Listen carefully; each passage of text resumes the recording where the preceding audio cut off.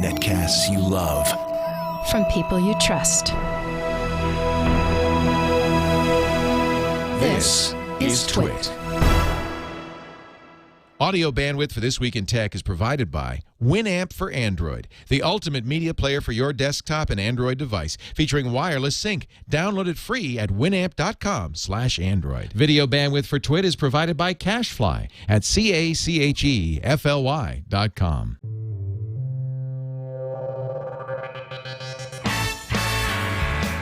This is TWiT, episode 283, recorded January 8th, 2011. CES.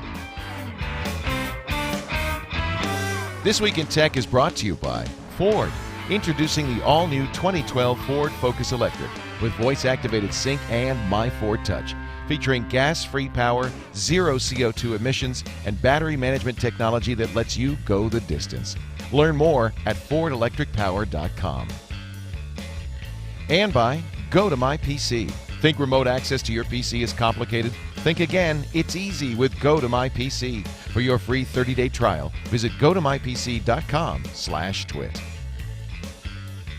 And by Audible.com. Sign up for the Platinum Plan and get 2 free books. Go to Audible.com/twit2. And don't forget to follow Audible on Twitter. User ID Audible_com. It's time for TWiT. We are at the Consumer Electronics Show in Las Vegas, Nevada. And when I say we, I mean we. Boy, I think this is the biggest panel we've ever had. And it's not full yet. There are more people still to come. Let me introduce everybody. I'll start from my right here with the great Robert Heron. Hey, hello, Leo. It's good to see you again. I haven't seen you in ages. Robert's an original Twitter. Oh, it's good to be here. From the very beginning. How's CES treating you? It's great. You do home theater, so we'll talk a lot about big screens in just a little bit. Awesome. His company is Heron Fidelity. It is. Yeah, and you still do the HD Nation on as part of Texzilla these days, yeah? Exactly. Also, if we slide the mic to the right, because we have to share mics, Becky Worley from ABC News is here, and TNT, of course. Hi, Becky. That's right. Great to be here with you. My old friend. You said this is the best CES ever. It's my best CES ever. No joke. I don't believe it. We'll and I'm find not just being perky. I'm just having a great time. She toned down the hair. I read her Facebook. She said, I realized I was being defensive and doing the helmet hair thing. Don't use hairspray as a crutch. It's not a good idea. She almost poked my eye out. That's what Schwood's here for. We'll see that in a moment. First, let's go to table 2 and Tom Merritt. Good to have you. Hello, Leo. From TNT. He's been doing a great job here, TNT, and everything else, covering the show I floor. live at CES now. Yeah. I feels don't like it, remember doesn't my it? life before this. Me neither. That's actually a true feeling. It really is. Have I we get it always every been year. here? Yeah. It's like, oh, this it's is only my the home third now. day, you understand? I know. That's so weird. weird. Actually, your 4th day, my 3rd. Yeah. Sarah Lane is here. Thank you for being here. Sarah Lane, also from TNT and iPad today. We did she doesn't need your mic. She has her very own. Thanks, though. She also has the largest laptop. I do. It's a finally not me. 17-inch laptop, the largest laptop in the land. That's only because the guy to your left didn't bring his, Brian Brushwood. Rocking the iPad. Hey, it's my first CES ever. Is this? Yeah. Oh, we're going to get a CES. We're going to see how it feels to have your cherry popped in Vegas in just a little bit. That's actually good. No, we need to have one person who's never been here before to kind of give us some perspective. All right. Justine is also here. Justine Ezarak. I don't have a computer. Justine.com. You don't need a computer. I got my mini iPad. You're set. The mini iPad, that's all you need.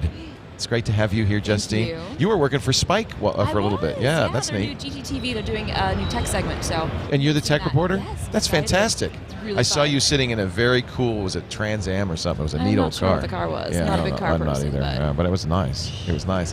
And to your left, and I think the last person so far anyway, and we don't have enough. Oh, the lens isn't wide. Oh, there it is. There we go. Hi. Mostly Lisa Hi. Bettany, who will be the host of a new show on TWiT starting this month, I think. Very soon. We haven't named it yet, but I think mostly photography or something like that. It's going to be a photography show with Lisa Bettany and me, and it's going to be great. It's gonna be awesome. I can't wait. So let me ask the newbie, Mr. Brian Brushwood. Yes, sir. Anybody else for CES? Me. Lisa, too? Wow. Okay, we got 2 newbies. See, it's not just me who's having their best CES ever. Yeah, they're having their best CES ever also. I'm not gonna lie. I'm having my best CES as well. Really? I think it's just. I feel like there's a different vibe. Maybe I just have more friends here or something. I'm not really sure, but I feel like there's just a lot of people here, and I don't know, I'm having fun. Did Gary Shapiro tell you, Tom Merritt, this is the largest CES? He couldn't confirm it yet, but they expected it to be. He said they expected it to have 160,000. And It was attended. wow. The previous big one was 143,000 in 2007. Well, Wow. if you ever want a measure that the tech industry is on the march, despite the continuing bad economy, it's obvious this is huge. Every other trade show's dying. You know how many people came to the very first CES? How many?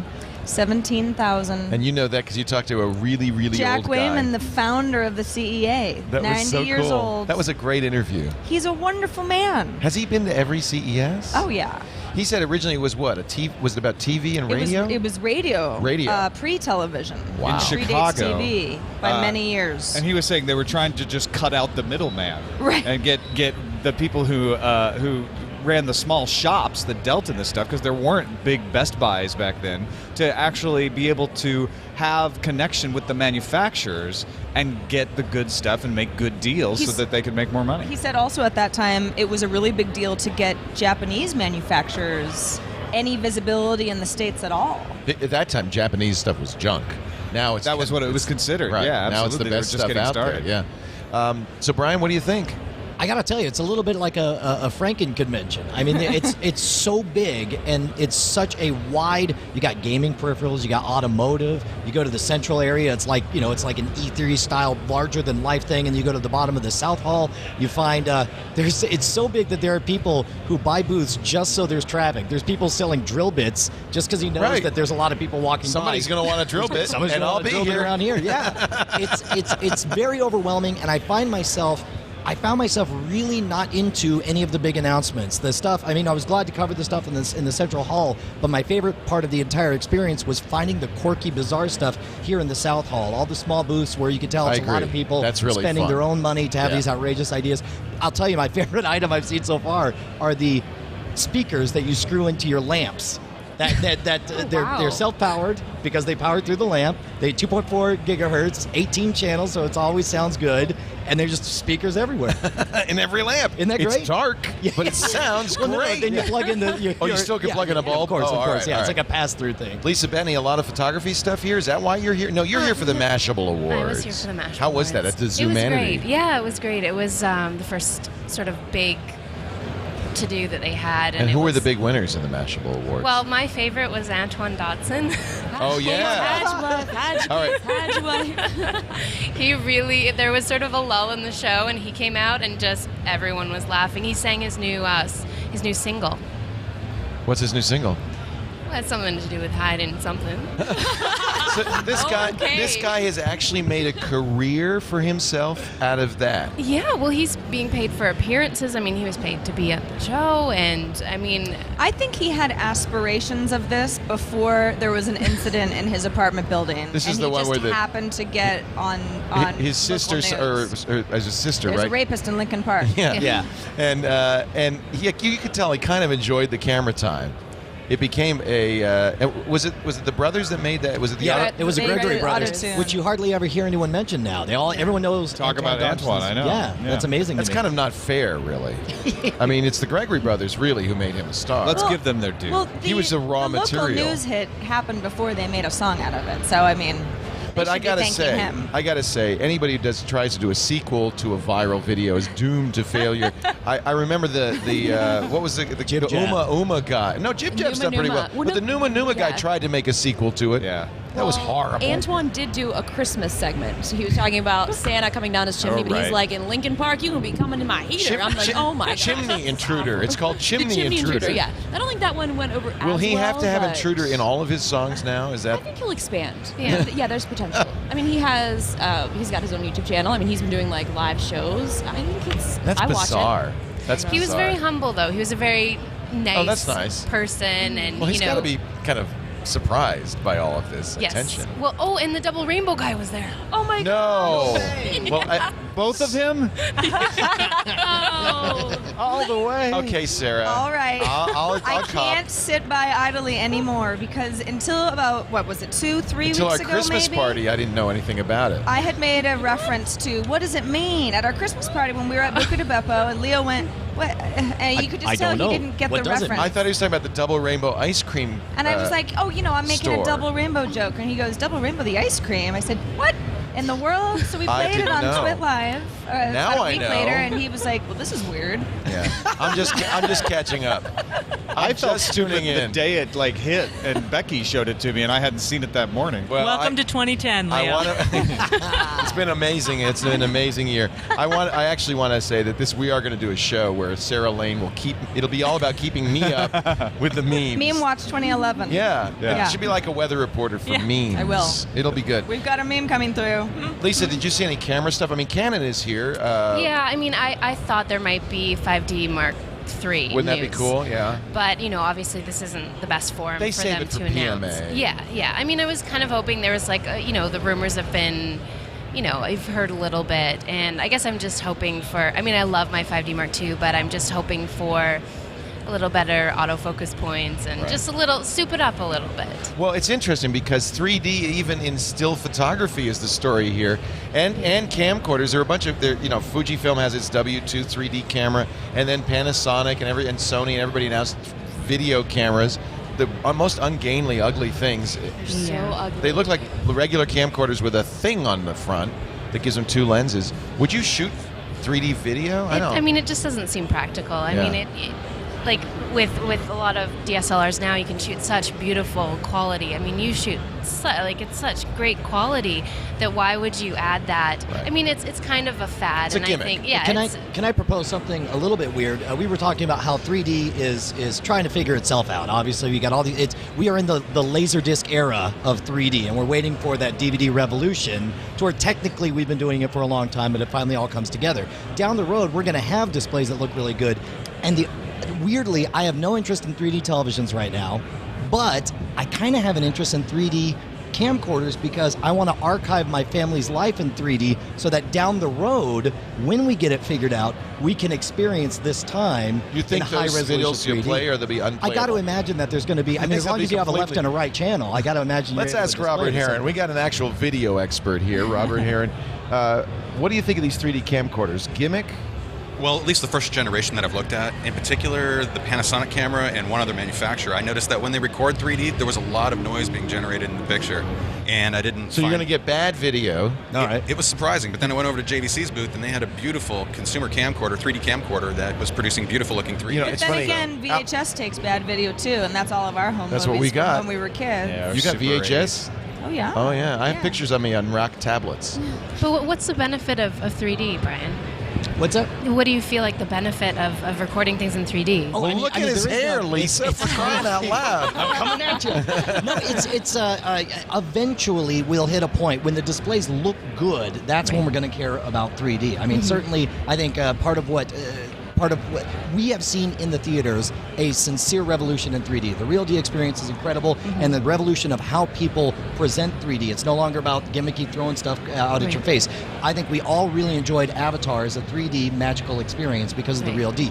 But again, it's not at all where we are at the consumer level stuff. The lenticular technology is not where it needs to be. The active shutter gives everyone a headache. The passive shutter, you're wearing sunglasses in the dark in your room, you look like an idiot.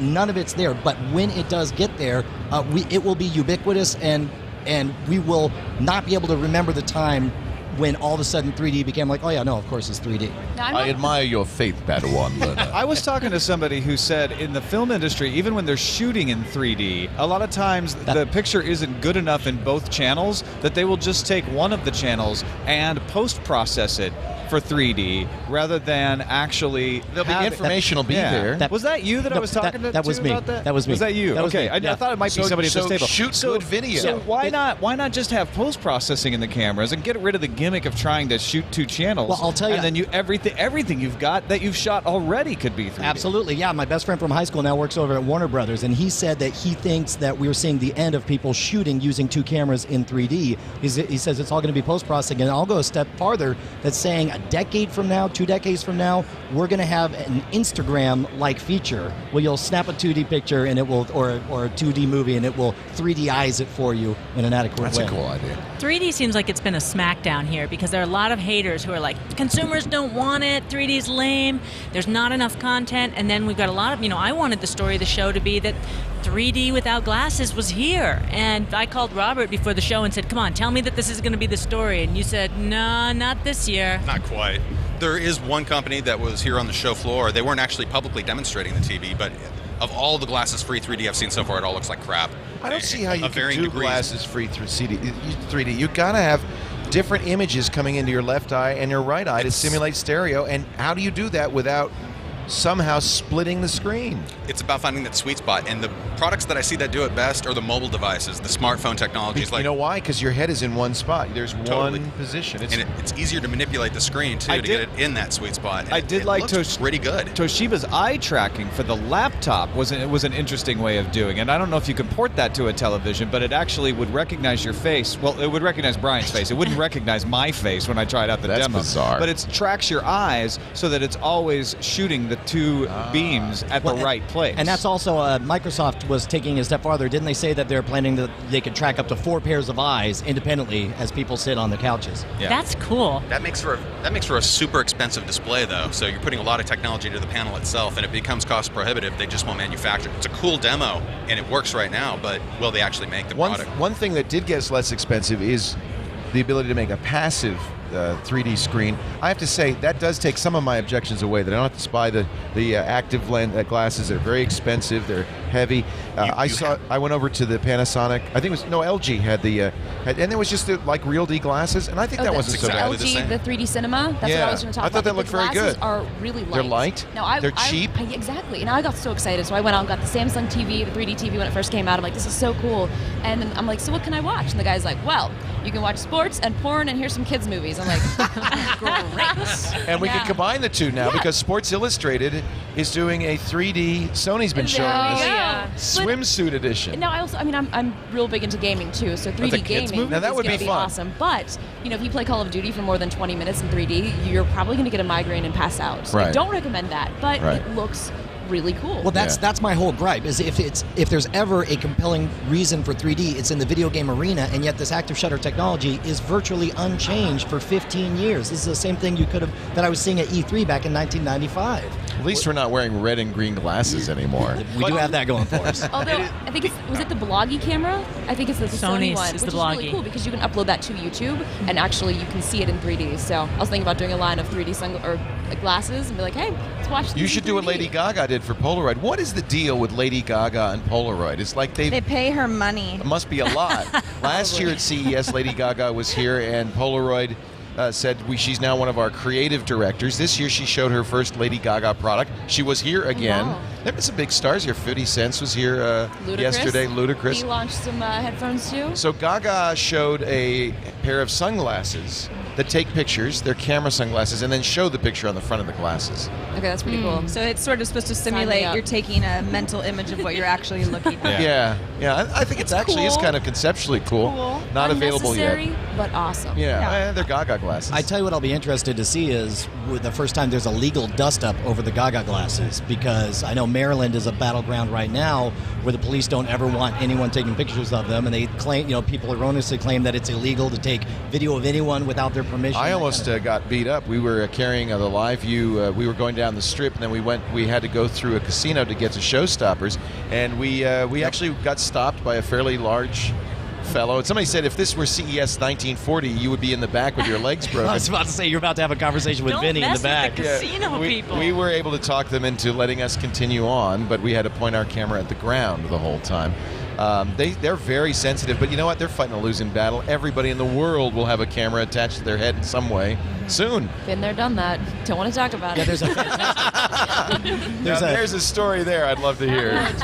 There's a fantastic movie. If you go to the Cato Institute, put out a whole thing talking about the ramifications of cameras in public, and there's a video of a motorcyclist who's doing popping wheelies, going super fast or whatever. He pulls over, and the cop pulls over in a regular unmarked vehicle, pulls out right in front of him, jumps out, gun drawn, says, get off the bike, and it's not until 5 seconds in he says, state police. So for the first 5 seconds, it looks terrified. like a carjacking. Right. So the guy gets a ticket, and then months later releases the video. Then they show up at his door. They arrested him for posting the video, saying it was illegal to take video unknowingly of the police. But he doing his didn't job. even know it was a cop at first. Well, it's not illegal to take a video of a cop. Right. I hope right. not, because I definitely posted a couple of those. Have I you blurred out really? the faces, but Really? you hope. YouTube.com/ I don't know. I'm not going to tell you now.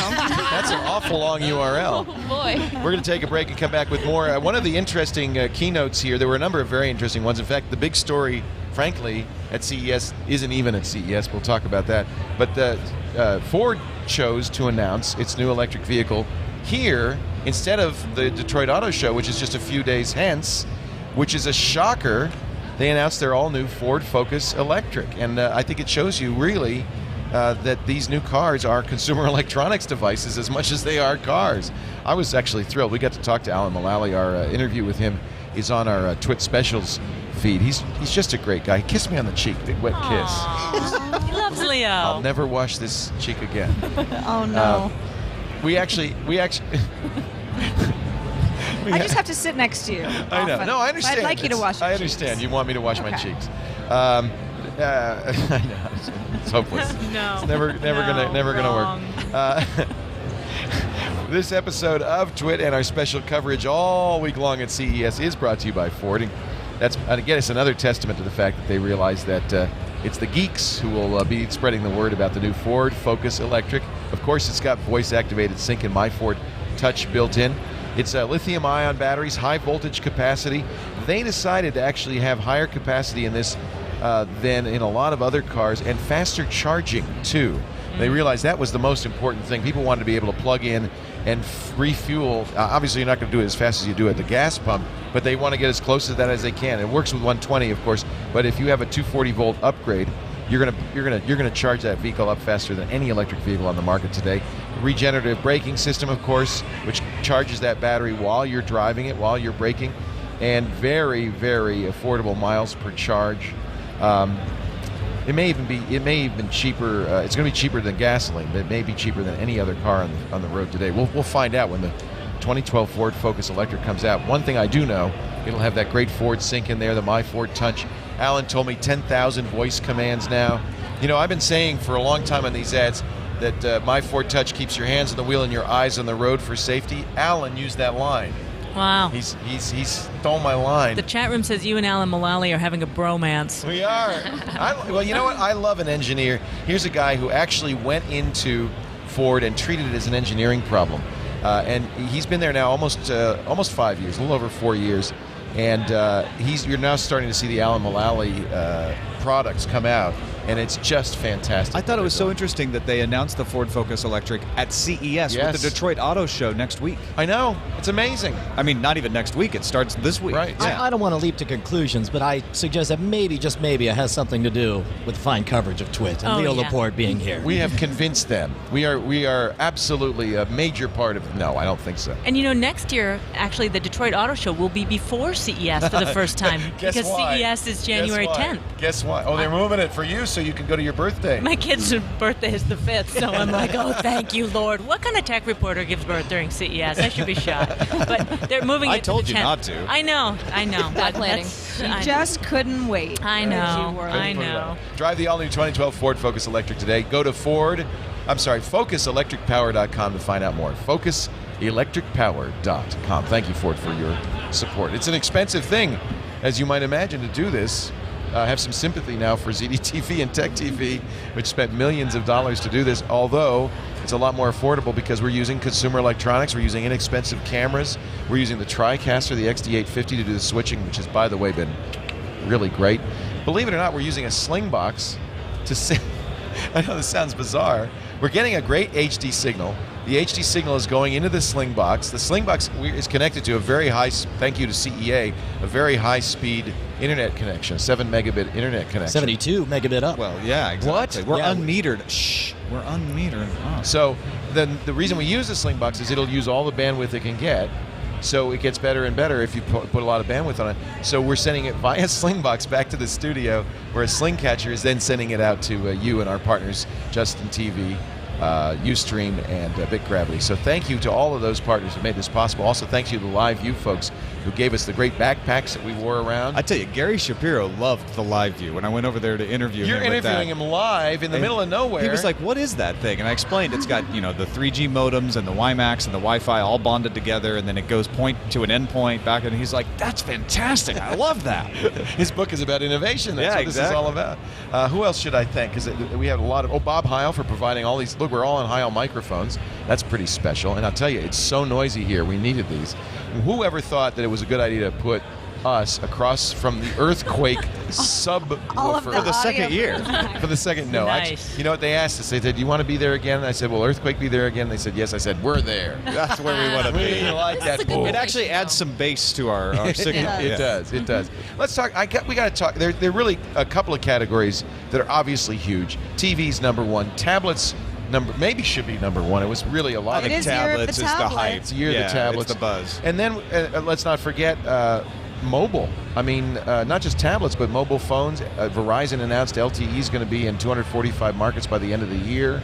It was interesting. You usually don't get a lot of phone announcements at CES because you have CTIA, and actually coming up very soon, Mobile World Congress in Barcelona. People hold off on their big stuff normally, but I think they're realizing phones are not phones anymore. They're consumer devices, and we have to compete with everything else that's here at CES. Is there something going on? I mean, you're starting to see this. Car companies, phone companies. This is the place to be. Consumer electronics is where it's happening. It's the convergence is really here. It's really I think the word convergence is sort of controversial for me, because I think that convergence is out.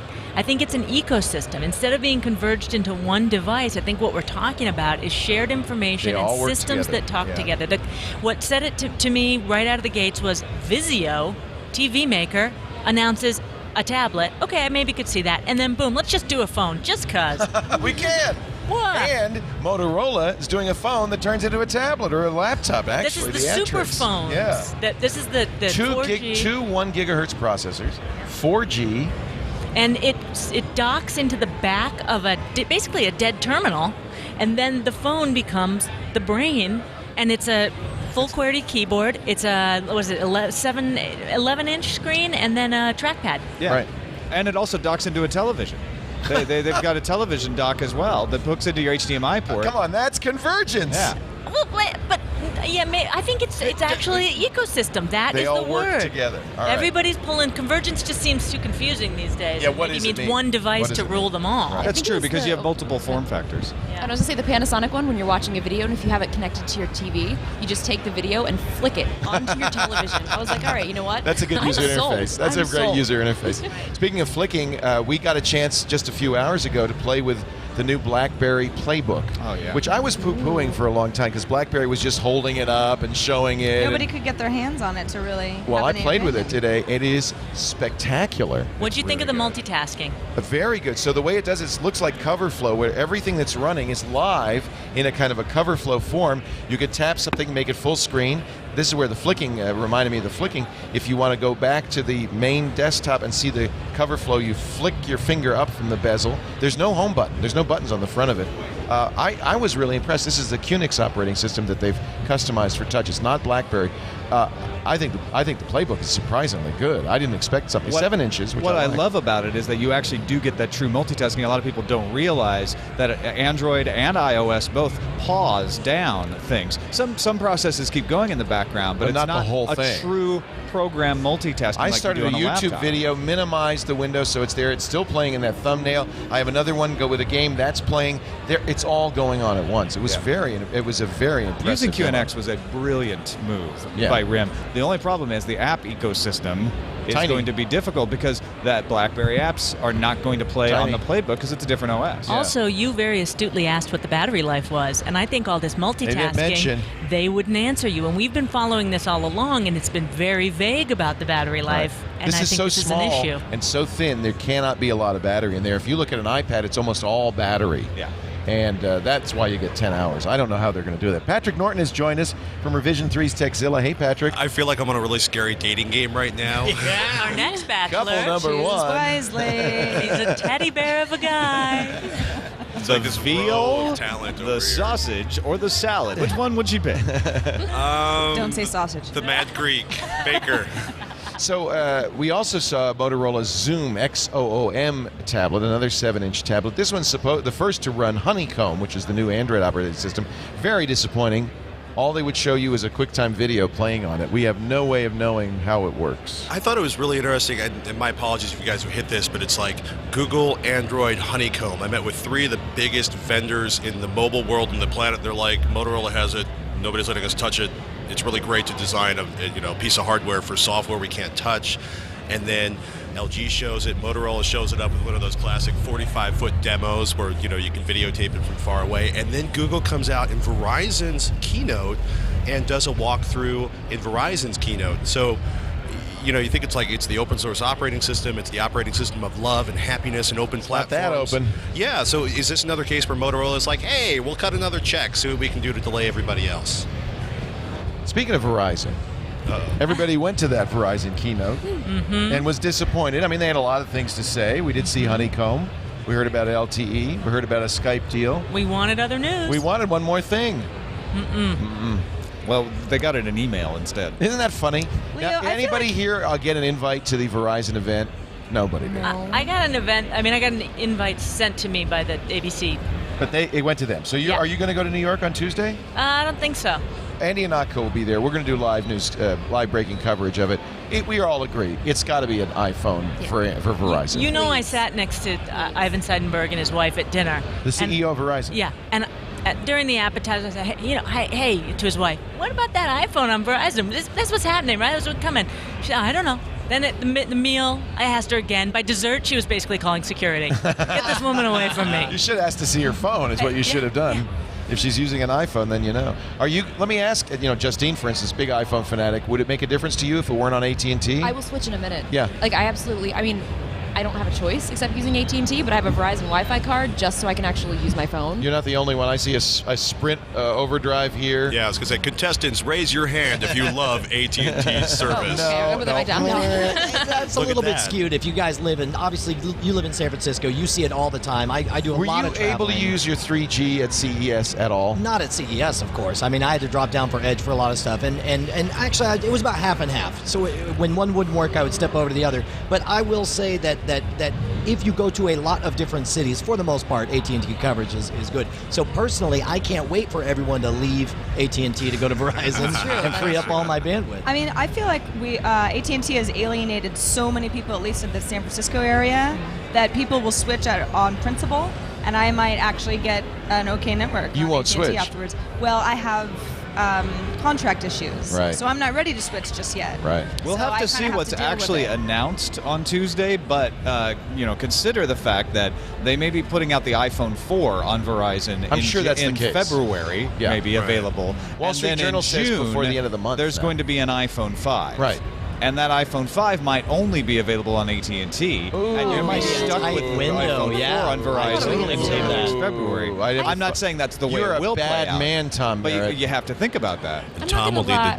I was just going to say, actually, I want a Windows 7 phone, so They're kind of nice. You can have mine. You want a Windows 7 phone? Okay, but really, are you going to get a Windows logo next to the Apple tattoo? No. I want it so that I can get my Xbox achievements on the go, so... Well, you know what? Come by to the cottage. I will give you my Samsung Focus. Aren't they like, Tom, didn't you say that they were only like 1 cent on Amazon right now or something? Yeah, there's a deal going on right now. There's like 3 Windows Phone 7s available for a penny with your 2-year contract. And until January 17th. That's like a good sign. That means they're really popular, right? Right. Obviously. Well, but you're also talking about, Microsoft said they were going to dump $500 million into marketing the Windows. Basically, Where did that money go? Because I've only seen a few ads. Well, for example, the 1 cent iPhone or the one. You think that's iPhones. part of the marketing money? Okay. Yeah, well, and keep in mind, worked on me. Keep in mind, Microsoft. When you got that much. Yeah. What is that? Wait a minute. Justine. You've never owned a Microsoft product. Well, Xbox, I guess. Until I got an Xbox, and it changed my life. Oh, all right. Now I actually have appreciation, That's and I want a Windows phone. I know it's crazy. Wild. Does anybody think that Microsoft is poised, of all of the sort of has-beens of tech, to make a comeback if they recognize the opportunity that the Xbox and Kinect are giving them? I don't know. I don't think that they're. I think your question sort of presupposes that they're that far out of it. Yeah, I think they're out of it. I think they may be headed in that Steve direction. Ballmer, what did he say? This is not your grandfather's operating system. Yeah, he told me this is not your father's Microsoft, and his point is we're innovating Connect. We're opening it up to developers. We know that this is a community we need to embrace. Phone, Slate, etc. I think Windows 7 on ARM, and with the NVIDIA ARM architecture announcement, that's a big deal. But doesn't it sound like a step down? I mean, this is a company that used to rule the world with an iron fist, and now they're touting their video game peripheral. I mean, but the video 8 million sales in 2 months. I'd tout it. I mean, that's true, and that's $1 billion product. And that's true. That is very true. NVIDIA's sitting there. They do the whole thing, the Tegra 2, all the glad handing with the vendors that are using the processor. The developers come up and they're like, we're using the same set of elements on the PS3, on the Xbox 360, and now we can do it on portables. And then at the tail end, then they say, you know what? More ARM processors have been sold in the last 2 years than the entire history of the PC combined and any other chip. And we're doing a high-performance ARM, and, well, we can't say that Microsoft's coming out on ARM, but look, somebody over at the Wall Street Journal or someplace. Now, I'll tell you, that was probably one of the most exciting 1-2 punches of the entire CES, was the NVIDIA. Now, well, first of all, the Windows announcement on ARM, and then NVIDIA doubling down on their ARM development. Yeah. And it must scare the hell out of Intel, because Intel's dominated with x86. All of a sudden, thanks to all this mobile stuff, everybody's looking at ARM. I mean, that's what Apple's using. That's what all these phones use. They don't use Intel they came out chips. and said they're not scared. And we're not your grandfather's chip manufacturer. And we haven't talked about Sandy Bridge, which is now Core. Let's talk about Sandy Bridge. This is their response to Tegra 2, really, in some ways, but we'll get to that in a moment. We have a big TWiT panel here. Patrick Norton has joined us from Techzilla, Becky Worley from ABC, Tom Merritt from TNT, Sarah Lane from TNT and iPad Today, Brian Brushwood from Scam School, and NSFW. Let's not forget that. Winner of the 2010 Top Audio Podcast. Congratulations. Congratulations. Yeah, and now I have to put Justin on the album art, apparently. That's what everyone's demanding. Apparently there's been some sort of campaign. Would you guys get off my freaking back? Dude, they're self-generating. They're the ISOs from Tron now. They're self-generating bits of code. They just go, huh? We no longer control them. There's nothing you control. All right, I can live with it. Hi, Justine is here. Justine Ezarak. It's great to see you. And mostly Lisa Bettany. Wow, what a panel. We're going to get back to our conversation. We'll actually talk about chips. Whoop, Thanks whoop. to you, Worley. It's my fault. Sandy Bridge. Fish and chips. Oh, that'll be something to stay tuned for. I loved her in Peter Pan, by the way. She was great. Except for the glass eye. First, let's talk a little bit about Gotomypc. The folks at Citrix who brought us here last year with GoToMeeting. This year, they'd love you to know about Gotomypc. It's remote access done right. Maybe you've tried remote access in the past and found it complicated, difficult to set up. I mean, who wants to do port forwarding on a router in order just to use remote access? Gotomypc couldn't be simpler. Here's what you do. In fact, you could do this as I speak. Go to the computer you want to access remotely. Open up your web browser. Go to gotomypc.com/twit. G-O-T-O. This is the hardest part right here. gotomypc.com/twit. Click the download button. The setup's automatic. It takes 2 minutes. You'll be done. Now you're ready. Any other computer you go to, you open a web browser, you go to gotomypc.com, you enter your secure password, click connect, and you are now remotely accessing the other computer, and you could do anything you could do if you were there. Run any program, access any network resource, drag and drop files from one computer to the other. You can even send and receive email, run video. It's amazing. Very simple, very easy to use, but don't take my word for it. Try it free for 30 days. Go to mypc.com/twit. gotomypc.com/twit. I really like it. We're printing the ad copy on recycled press releases. We are environmentally aware. We're very green here. I almost read a press release about 3D glasses from March on instead of the ad. Actually, that's good. I mean, these, I actually kind of like it that a lot of the companies now are no longer handing out paper. I wish more of them would do this. I got a USB key from Victorinox, the Swiss Army knife people. That's their whole press kit, and it's also one of their products, which is a USB key. They told me. I had one of those that got nabbed by TSA when it was a USB plus knife. This is what they told me that's kind of interesting, is that their business has gone down since 9/11. Nobody carries a pocket knife. I remember my dad, my grandfather always had a pocket knife, right? But you can't now. If you fly at all, you're just going to be taken away from you. So they're taking the same form factor and they turned it into a USB key. But this is the swag of the show. 32 gigabyte USB key. Wow. That is not Better bad. than a t-shirt. Any other good swag? Anybody see any other good swag? Anything cool that you took home? Toshiba was giving away 1080p camcorders. Oh. You just Wait a minute. To Just whom? like handing them out to people as they pass What do you by, have like to do to get one? like candy Sarah, or what stays in Vegas doesn't get me in trouble at home. You know, they, in the goodie bag on the way out, they You handed got the a goodie card? bag. okay. You're kidding. It was one You of had the to go to small the press pocket-sized conference. ones. You had to go to the press conference. Oh, see, I hate that. You know, Samsung, I think they're still doing it. If you have a Samsung phone, which I do, you go up, you can get a battery for your phone. Oh, wow. That's pretty good. You know, Fully one charged. year, Veronica Belmont and I were walking around doing these audio tours for CNET with a Marantz deck. I remember and, those and days. the battery and the and Soundscapes. we were having a problem with the battery, and the Marantz booth was right there, so we just walked over and like, we can't get this thing. He's like, oh, that battery's probably crap. Let me give you another one. Here's a new one. Awesome. Here's a new recorder. All right, Sandy Bridge. That's the Intel chip platform. Again, another company that could have announced this product sooner, but they waited for CES. Well, they did Sort of. announce it sooner. We knew about it. What was so funny was the line for the Intel press conference was the most international media of any of the stuff on Wednesday on press conference day. The line was like 600 yards long.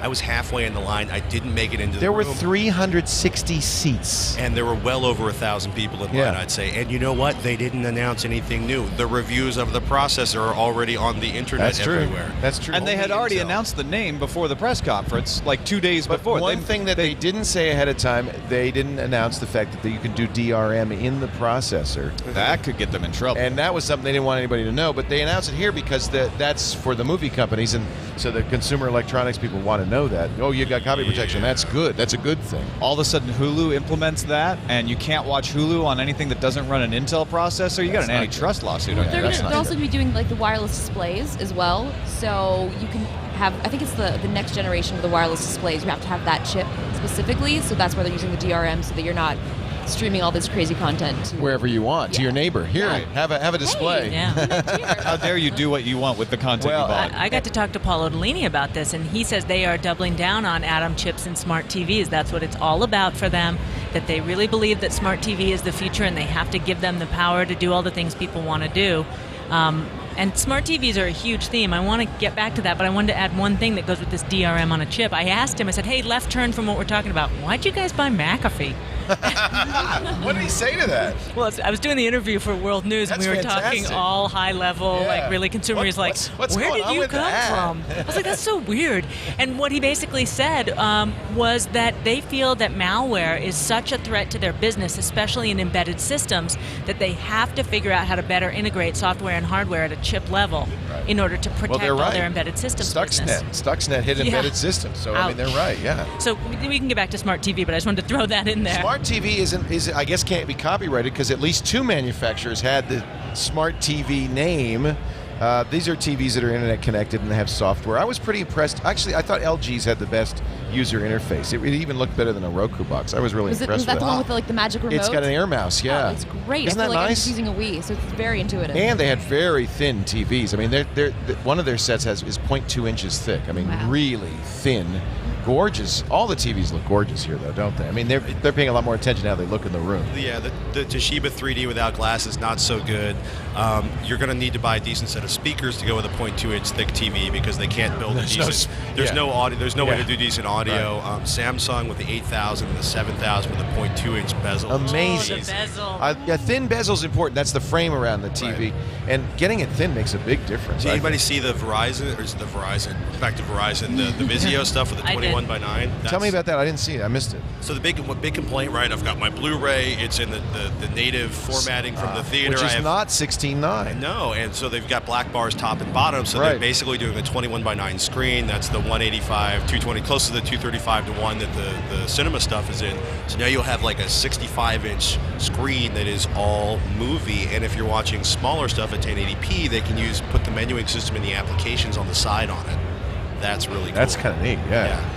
Every TV had some software on it. Can I be the stick in the mud here that says I don't like any of the smart TV stuff? And the reason is for example, you go over to ViewSonic announced their partnership with Boxy, where essentially it's a Boxy box without the box. It's built into to the television. I want my television to be nothing but a monitor. I agree with you. A high-quality monitor. And then I upgrade the box. I get the choice. Because think about the life cycle of your television. When you buy a television, it sticks with you 6 or 7 years. You're going to be upgrading your boxy box sometime in the next 6 or 7 years. 3D and internet applications, or at least the ability to do Netflix and Vudu and Hulu, those are now checkbox features for all the HD TV manufacturers. They can basically, if you want to pay $10,000 for a professional monitor, you'll get a monitor. If you want anything on the consumer, it's going to have 3D, even if you don't use it, and it's going to have the internet applications. They can't compete in the big box stores without having those in place. But they never get used. I disagree. I don't want to have a box. I want to go back to the day when I buy a TV and I set it up and it's got everything inside of it. I guess if we could agree on the feature set, it would be okay. Yeah, and I know upgradability would be a nice thing where it's like, hey, I could swap out a hard drive in there easily. I could change some components. Firmware upgrades could provide me new features as the TV firmware ages. upgrades will not make it go faster and increase the processing power, which you would get if you replace the box every few years. But the nice thing about Netflix and 720 and Steve Jobs' insistence that 720p is enough for anyone, because apparently he doesn't actually watch television or movies, you basically have more than enough power in the chips to handle 720p. It's when we go Blu-ray and beyond, or we want real bandwidth because we can actually get real bandwidth to our homes, that's when the processor... Are you saying that he's going to be upgrading his TV sooner than he thinks? I think you probably will. You're going to be like, is it TV? Really you buy it every couple of years now? You buy a TV every couple of years? I don't. That's the dream of the Consumer Electronics Association. Maybe that's what they're doing. Standard definition televisions had an average lifespan of 11 years. Most of the people who bought HD TVs now have 2 HD TVs in their home. They're already on their average second life is generation. 3. Yeah. This is like there's people weeping at this show like they're gonna buy a TV every 3 years. Right. And all apologies to the TV manufacturers, but I'd rather spend $150 every 3 years than $5,000 every. Well, but they don't care what you would rather have, to be honest with you. And I would rather have a 4K display and instead of 3D, because I think it looks more real and it's more three-dimensional. But there was only one 4K display. In fact, there were a number of 4K displays that took advantage of 4K to make it 3D without glasses. Without glasses. I mean, that's just a waste of a great display. But that's like a cart leading the horse situation, because there's a lot. Myself included, I'm warming to the idea of a 4K television, but it's useless to me until there's 4K content. There'll be plenty, because the movie industry has settled on 4K. The Red camera's been out for more than a year now. The Red camera that they've stopped because they're basically going to have to re-engineer because they took so long to release it. They actually fell behind the consumer lots of people are actually shooting 4K right now, and I think more will be. I don't think 4K is going to be, content's going to be the problem.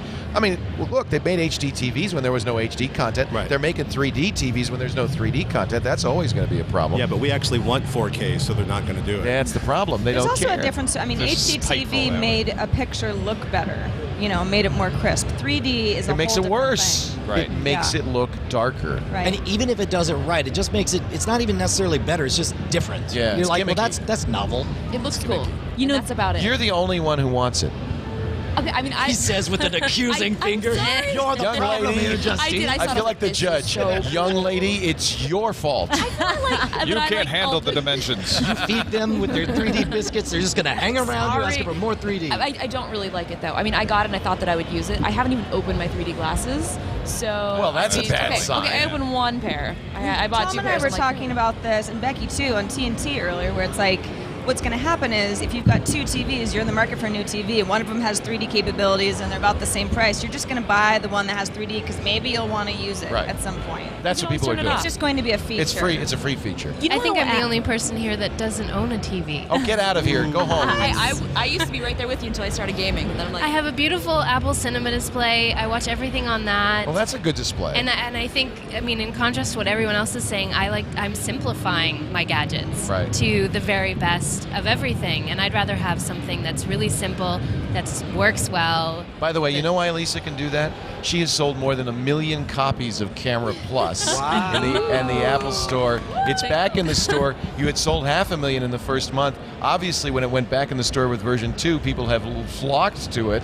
Yes, it's been amazing. Being in the top 10 during Christmas was amazing. That is such a beautiful great. interface. I'm such a big fan of interfaces. Do you use Camera Plus? Oh my gosh, yeah. Yeah. And then I didn't know it was out of the App Store, so I'd be telling people, I'm like, you got to get this app.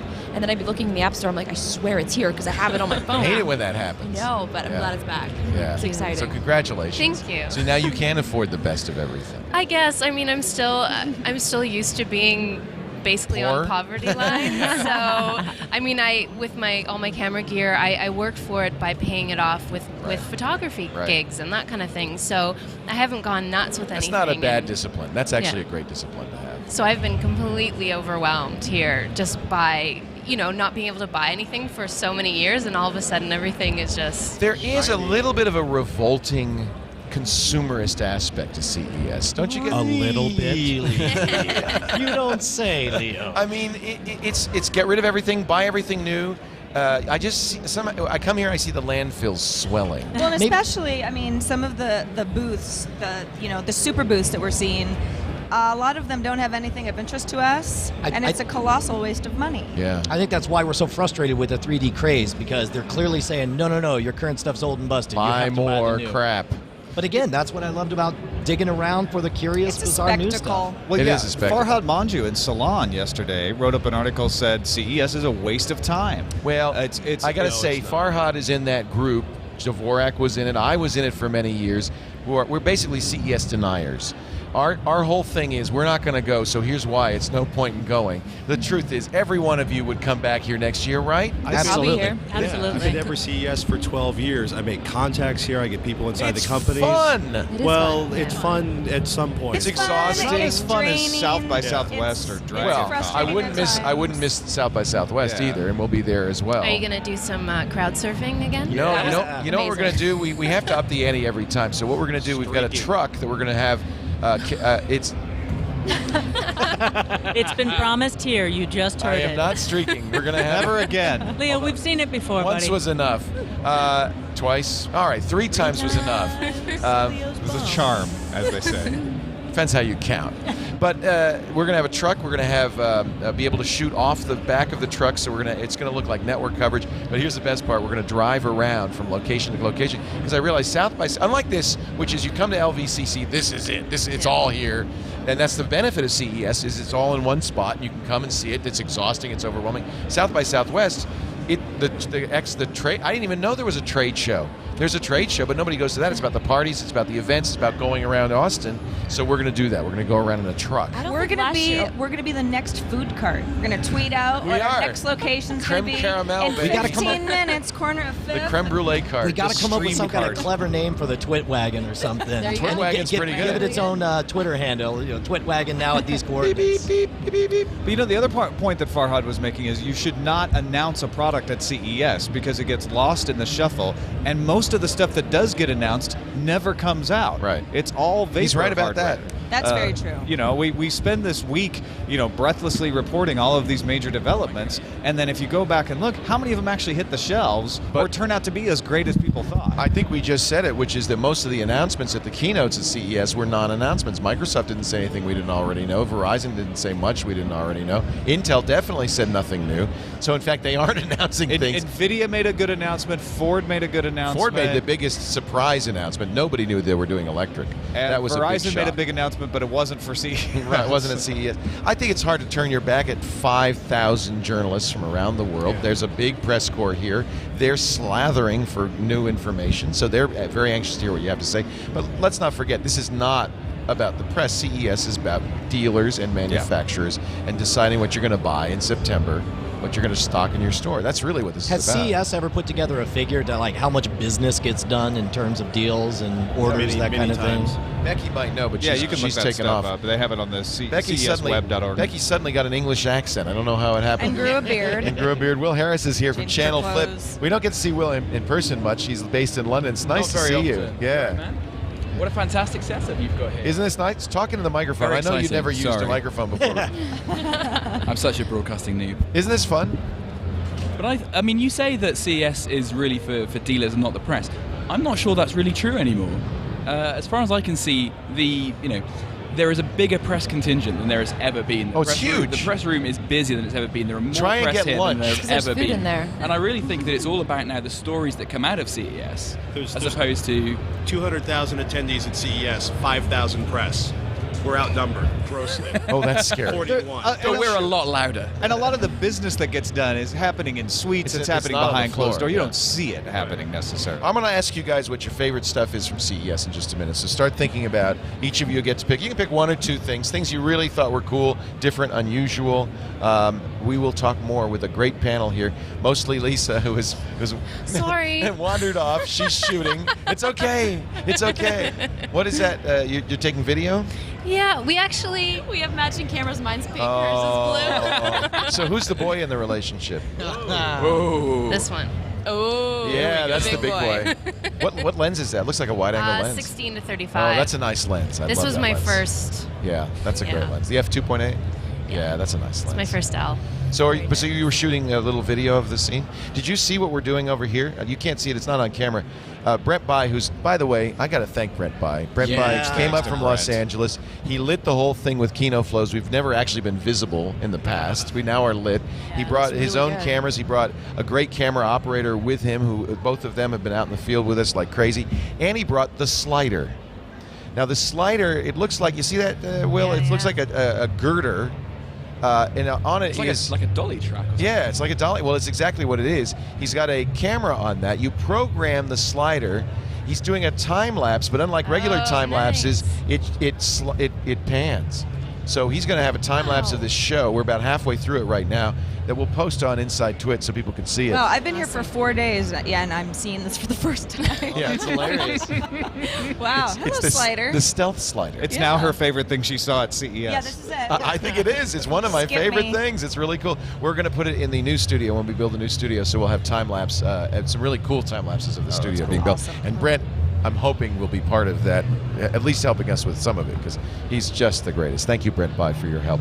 I want to thank Audible.com too for not only sponsoring us all year long, but for the last, I think, 4 years, one of our longest time sponsors. We are Audible fans. I think you're not allowed to be on TWiT unless you listen to audiobooks on Audible.com. I think that's the deal. It's fair enough. Make it official. Done and done. I'm looking to see if anyone got up and left. No, nobody left. Audible.com. Now, here's the way I go. I roll with 2 books a month. That's just, one's not enough for me. So I use the platinum account. 2 books a month. If you go to audible.com/TWiT2, it's the most affordable way to do it because you get a discount by subscribing. And I easily go through 2 books a month. That's not tough at all because there's so many great books. 75,000 titles in every possible category, from literature to nonfiction, history, romance. There's young adult stuff if you've got kids. Kids love being read to. You can't always read to them. And don't feel like it's copping out, because studies have shown that the kids who listen to audiobooks read more paper books as a result. They fall in love with reading by listening to Audible. It really, really is great. My kids grew up listening to audible.com too. Brian Brushwood, what are you listening to these days? I see you playing with your iPhone. I was actually trying to. Somebody will instantly tell me in the chat room because I forgot the name of it. But I'm on a Peter F. Hamilton bender right now. Oh, me too. Are you listening to Pandora Star? Well, I started with Pandora Judas Star, Unchained, then Judas Unchained. Those two together. But then the Void Saga that takes place after that. The one that 1,000 years.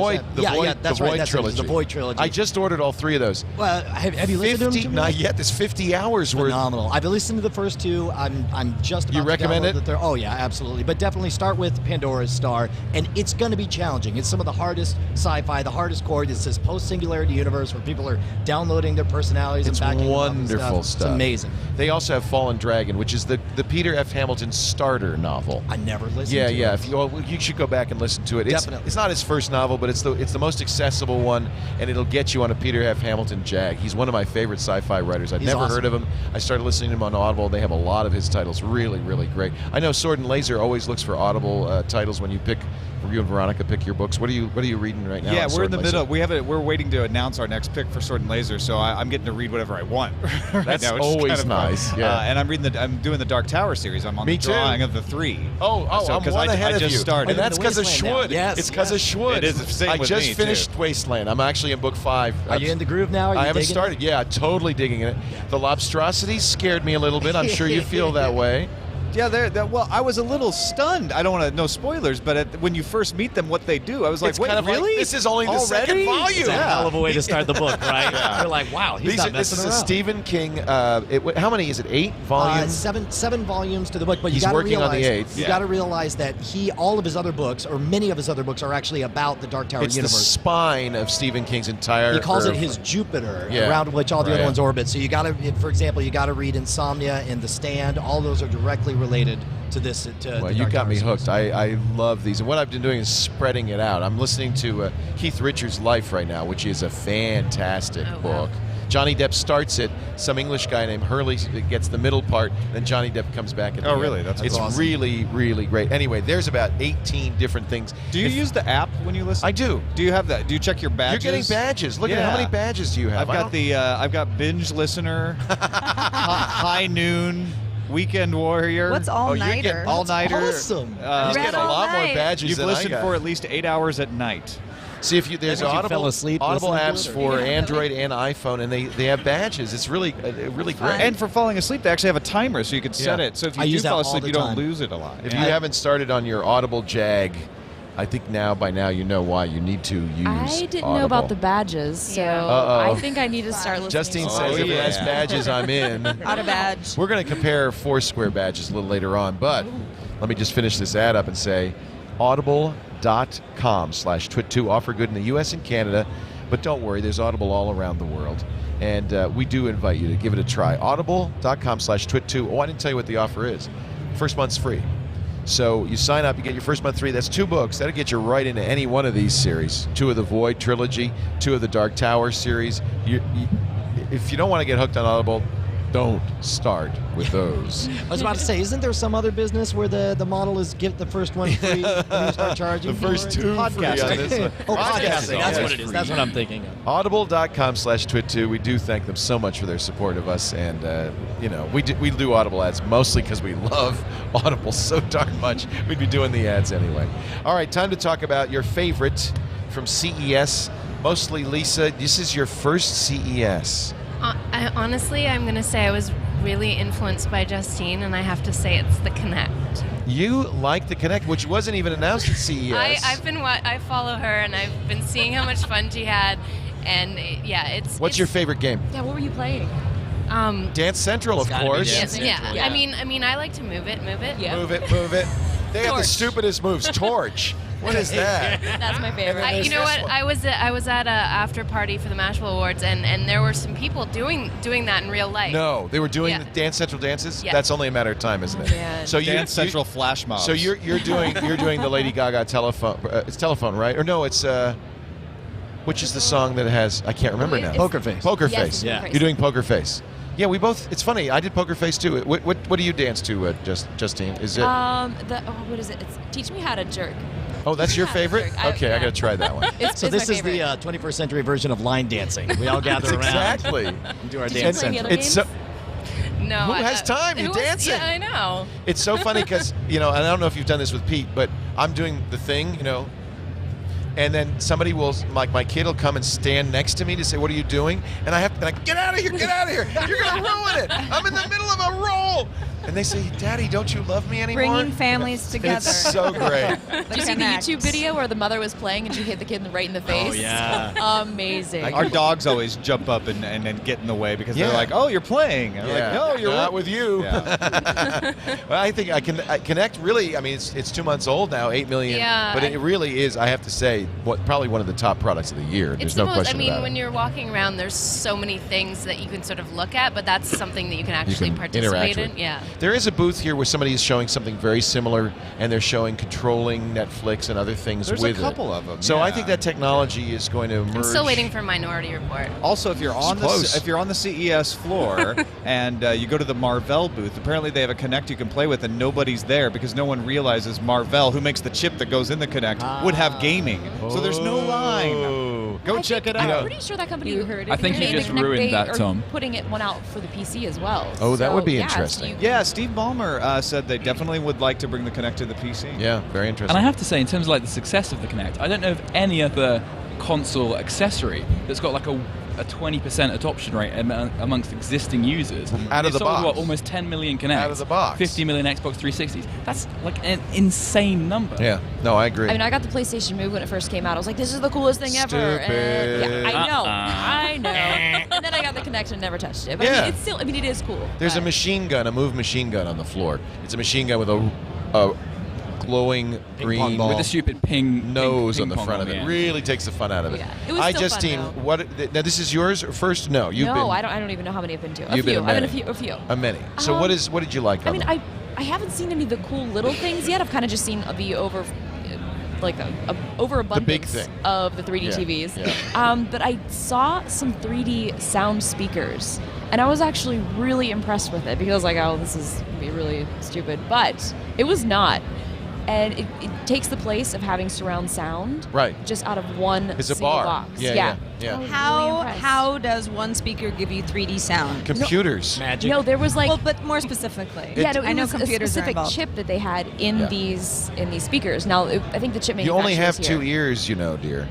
It was really cool. Think about it. Well, they've had single bar surround sound for a long time. What's the difference? That's It's what the I was same curious thing. about. I think- What's the difference I think between this and that? With the surround sound, you have to be in certain places. They're getting whereas very the 3D, it's effective everywhere. at simulating entire spheres, so something can come up here, down here, over here. It is pretty impressive. It creeps me out, actually. Did 'cause I you was do you like, know a where's this name for coming the from? company? Do you remember off the top of your head? I was looking That's for all a right. picture. You It's can- like you can- Hair or something. H-A-I-E-R. Oh, Higher, yeah. Yeah. H-A-I-E-R, Higher. You're That right. was That's it. exactly who it is. Yep. Thank Sonic Emotion. Brian Brushwood, your top of show. It was awesome getting to meet and see the MakerBots. Their booth Bree looks Pettis fantastic. is. I love that it's made out this of wood. This guy is a hit. In fact, I talked to Bree and he said, I made something out of wood. Yes. And it's on the show floor. It's winning awards. What's going on? It's awesome. And I think that's part of why I love it, is because it's a genuine self-made success story. But as far as gizmos that I really dig, I loved seeing everything at the Razer booth. They have their Hydra controller. It's super precise, and you just hold one in each hand, and they were running a build of Portal 2 that allowed you to grab objects, manipulate them, elongate stuff, and throw it down. But their most novel object, unfortunately, was just a prototype, is their Switchblade, which is a netbook that can run, for example, World of Warcraft. The entire screen is touch screen. All of the buttons have LED or LCDs underneath them, so they animated. And so what they're going to do is they're going to redefine the UI, because right now, for example, if you're playing World of Warcraft, you have to watch the little icon on the screen glow until finally it's time you can cast the spell. Because the it'll keys light up? themselves, they become the icons, and they're all remappable. You can play them on there. The idea is they said they'll have them that'll be always on internet, so while you're on the subway, while you're on the bus, you've got your always on MMO. You can escape to a whole nother world on your That'd be commute. cool. Yeah. I like that as a product. It's really nifty looking. If you Google Switchblade, It's called the you'll see it. Razer Switchblade. Yes. R-A-Z-E-R. Correct. Thank you, Brian. Sarah Lane, you're looking a little foggy. It's been a long 5 Am I looking days. foggy? I'm foggy. Maybe it's just projecting. I feel okay. Wake up, Lane.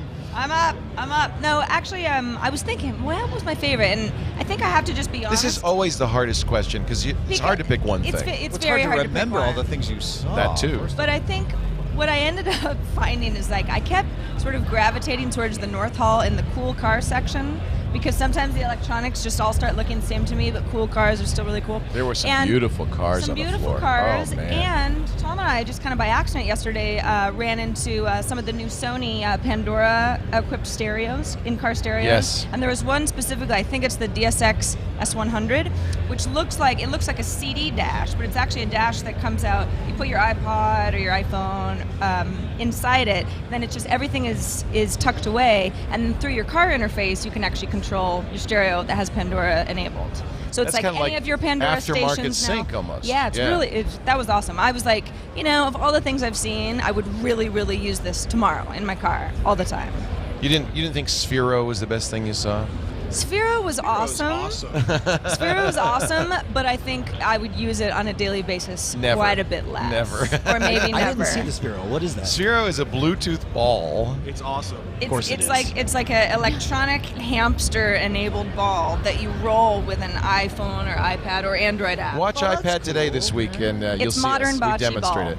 Yeah. It's yeah. the ultimate cat entertainment system. And that, I hadn't even thought about that. Oh, now you like it. Sparrow. Now All I can you think like of is Okay, my so it's a son, tie. Chase the Now little ball. she's liking it. Anything with a cat in it. Thank you, Sarah. Tom Merritt, your pick of the week. Like I said, it's hard to remember all of the stuff you see, and then people ask you all the time, well, what's your favorite thing you've seen so far? So every answer starts to sound cliche. I know. But for those of you who listening to the show who haven't heard me go often about it, there was a wall of devices where you just put your food inside and you close the door. It's called a and you refrigerator. Press a couple buttons and it cooks the food. No. without using any heat. A micro updates Yeah. your Facebook status. I saw it over at the RC. No, it just cooks your food. It tweets on your behalf. No, it just with cooks your magic food. Does it cook it trays. evenly? Your food. Yeah, well, Not one side would cook more than some the of other. them will rotate the food for you. Ah. to make It's got a sure. removable tablet. Now that's Right. No, genius. it just He cooks your thinks food. this is CES 1967. No, actually, Brushwood and I went by the RCA booth, and they had a huge wall. They had of a microwave at the They had RCA booth. eight or nine of them. Are up they on nuts? On the Is it like tweet your friends in the when your middle of the food's done? central hall. Oh, let's spend a lot of this priceless real estate on microwave ovens. GE's back here. Kenmore's here with washer Oh, and yeah. dryers. Samsung is bringing Let's not Internet forget connected Reese's. refrigerator. Oh, I Yeah, forgot yeah. about that. That is the best booth Oh, here. wait a minute. We got to get Chris Perillo. If we can get him over here. He's a spokesman for Reese's peanut butter And the They're- new technology. They have the new technology of smaller bits of Reese's. with no wrappers, so they're easier to pop into your mouth. Right. But- they're but- eco-friendly and they're Right. mini. No trash. in all seriousness, That's tech. I I think ate the, about 4 bags of them. I They're did too. actually quite oh, good. Man. Gotta go back. Yeah. It's about that time. Yeah. I was disappointed when they weren't I in our actually lunchbox added an today. entire Chris Perillo to my weight. Oh, so not that bad. No, not that bad. My favorite thing was the Atrix laptop Interesting. dock, Yeah. where you take the Atrix smartphone that's come out from Motorola. It's one of the dual-core phones we were talking about it earlier, and you dock it in a keyboard and monitor so that you've got a full-on computer access. You've got a netbook with you, but you still also have the option of pulling it out and using it as a phone. And yeah, I know I could just carry around an iPad or carry a laptop, but I think that's an incredibly flexible option where it's like, you know what, I just want to carry my phone, but I can fold up that keyboard and slide it in a briefcase. It's a whole lot easier than carrying around a big old tablet. It's a whole lot lighter, too. Yeah. Well, I do have to say I'm very interested in these super high-power phones and the idea of a 2 gigahertz phone. And with that dock, you can play games. You can do multitasking. It has a touchpad on the bottom, so and it's got a real keyboard. It's the kind of keyboard you'd see from on like a ThinkPad. So it's I sad to say that was the most impressive thing for me. There really wasn't anything that blew me away here, but I liked it. I wish we had Robert Heron still here and Becky Worley, but they'll have to phone in their best of show. Fortunately, we have Patrick Norton here. What was your best of show, Patrick? I'm finally getting to the point where I can feel my wrists again. I don't know if anybody else here types for a living, but a company called Smartfish with a Smartfish Engage keyboard. It's like a motorized keyboard. And I know most of the ergonometric keyboards are a joke, but this one actually moves like every 2,400 keystrokes. It cycles through 4 positions. Oh, wow. And by doing that, it actually prevents you from placing too much stress on your wrists. And I'm still trying to dual core mobile. Oh no.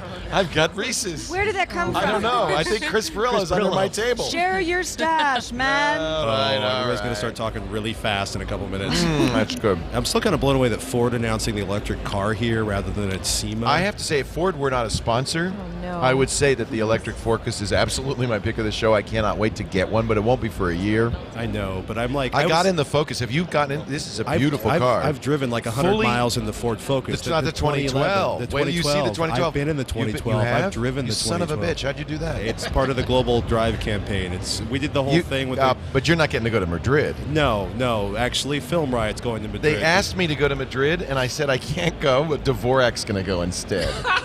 What? Is that horrible? Is that a nightmare? At least Dvorak will appreciate the food. Oh, he's very... Oh, yeah. He said, there's 3... You know what he said? Oh, I'll go. There's 3 paintings in the Prado I haven't seen. I would have gone. Oh, I can't because you're going to be gone. You have to stay there. We're not allowed to go anywhere in February. I'm in Patagonia for 3 weeks. You have to stay.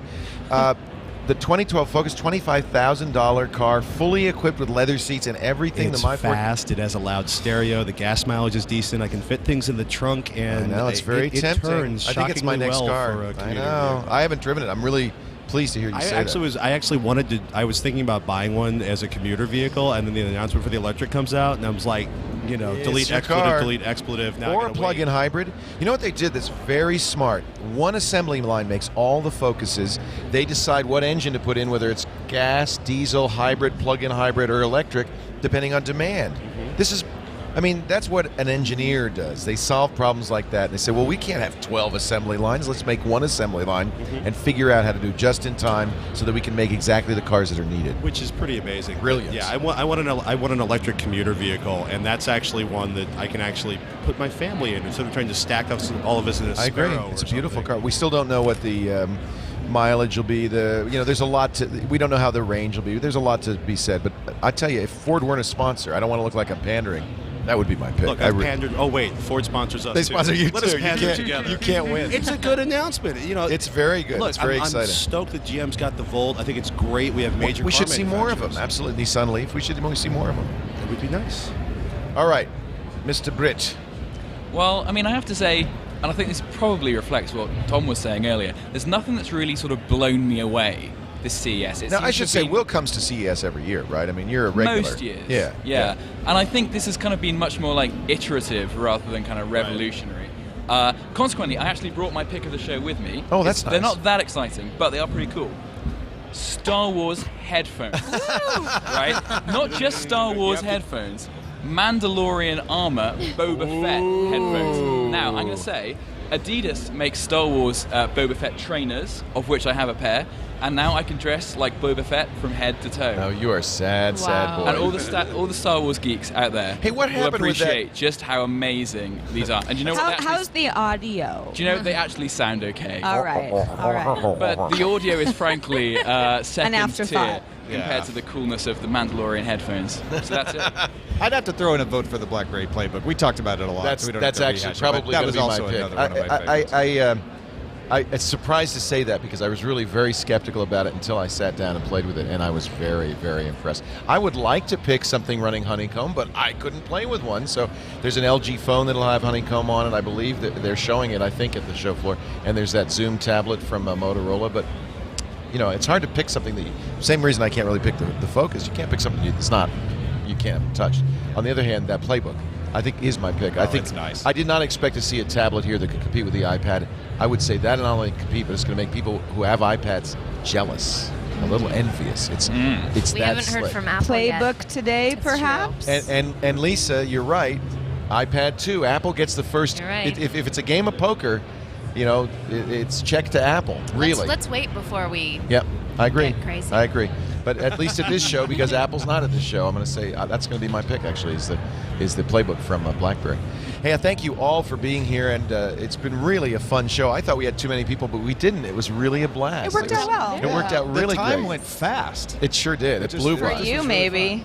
Well, I have a little deep leg thrombosis. Other than that. Lisa Bettany is at mostlylisa.com. Camera Plus is available once again on the It's an iPhone awesome app. store. Thank you. And we can't wait. We can't wait to get the Mostly Photography show really off the ground. excited, That's yeah. coming very soon to a network near you. Justine still won't work for me, but that's okay. She's got plenty to do. In fact, you're going to see her on Spike soon. Yeah, on GTTV, they're doing a game trailer. Oh, it's on their game trailer show. So I'm That's hosting their new exciting. tech segment. So it's really And, of exciting. course, iJustine.com, and the YouTube videos are fantastic. You can watch her tape a cop. It's all. Now I'm going to be in trouble. Get arrested. all on there. It's just great to see you, Justine. You too. iJustine.com. Brian Brushwood, you're coming back to be on TWiT next week or the week after? Yeah, no, next week we're going to be in San Francisco shooting more episodes of Scam School. And so, in fact, it's not really announced. I got a quirky idea for something I want to try on Twitter. Believe it or not, it's performance art on Twitter. I'm going to try to launch it this week, and I'll tell you about it next week. That How's sounds for very a cool. team? Yeah, Schwood. You can find out about it at Schwood, SHWOOD. And, of course, I'm Schwood.com. intrigued. Yeah, I'm really yeah. intrigued. And I think my old, this is actually kind of a tease, but my old partner, Gina Smith, will be on that TWiT with us. So that should be fantastic. good. And we'll try to get Barrett Tunde for you, because you that two would are be a great. great match. Sarah Lane, you can catch her, of course, on iPad today, each and every week on the TWiT network, and many days on TNT, our Tech News Today program. Always a pleasure. She's going to be our new internet meme weather person, I think. Yeah, I think that's going to be fun. Sarah with Coming in. weather. Hold the It's a weather. big front of chocolate rain. No Not weather. Being a meteorologist. or No weather, anything. no weather, but I'll just do my it's like best. it's the equivalent of a weather report for the internet. This is though there's a big meme front rolling through. Yes. Yeah, that Yeah. kind And then of I'll thing. do internet Low traffic on the pressure. ones. Yeah. There's got to be a joke about the cloud in there somewhere. I always wanted to do internet traffic. You know, we're looking at a little congestion on May West, but the backbones are wide open and traffic is flowing freely from north to south. We should do that. It would be kind of fun, But wouldn't you it? can use internettrafficreport.com. I mean, there really is such they a actually thing. show the backbone Yeah, well, it's all green up and down the United States. Tom Merritt, TNT. Tech News Today is the show. You did a bunch of shows from here, and you can catch all of those shows at twit.tv/TNT. Are you going to do a Current Geek Weekly or anything from here? Is any of the other shows? It's forecast? we did our last Tech News Today this morning, and then we're taking Monday off. So our next Good. Tech News Today will be Tuesday. All right. Yeah. And, of course, all week long, Current Geek Weekly, Forecast, many other great shows. Frame rate, where I rate the frames. Fabulous frame Right. rate with this guy, Schwood. That's a great show. I Yeah, really finally love back that. in studio on that on Tuesday. Actually, We got mixed up with CES. We got a lot to talk about, especially the awesome review of Revenge of the Sith from Red Letter Oh, Media. I know. I can't wait to talk about that. Didn't Panasonic have Darth Vader here for an announcement? Yes, in a shocking turn of events, it turns out that George Lucas would like even more of your money from work he did 35 years ago. Are they going to do a 3D Star Wars? No, it's Not just yet. Blu-ray. They haven't put out Blu-ray. They have to put it out on Blu-ray and then wait 5 years, put it out then put it out on 3D. I get it. Will Harris is at channelflip.com or TV.com. Channelflip.com. Yeah, that's- and at Will Harris on Twitter. That's his own network. WILHAWRRIS You got on it. Twitter. So great to see you. And It's have you wonderful here. to be here. I Yeah. don't get a chance to get out here as much as I'd like to. It's great to be here in person and not just be like a little frame on a Skype monitor somewhere. As I saw Tom earlier, and he said, wow, you have legs. You're a real boy. And he knows how to use them. My old friend, Patrick Norton, techzilla.com. So good to see you. So good to be here. And anything else going on that you want to announce or talk about? I know we see you on This Week in Computer Hardware. Thank you for letting me fill in for you this week. That was Thank fun. you for covering that. I Had had a to good cover my time. day job. Yeah, no, I had a great time doing that. No, we got more CES coverage coming up next week, and I got to go. You pack and my Veronica did a truck lot of and- stuff here, and Roger did a lot of stuff here. Yeah, Robert was running around. We did like 35 or 40 segments from the Wow. show floor, and then plus the show that's coming out on Monday. So Great. We'll now I look got for to that. drive everything back. You're driving? Yeah. Revision3.com. Yeah. Can I give you some stuff to take back? Absolutely.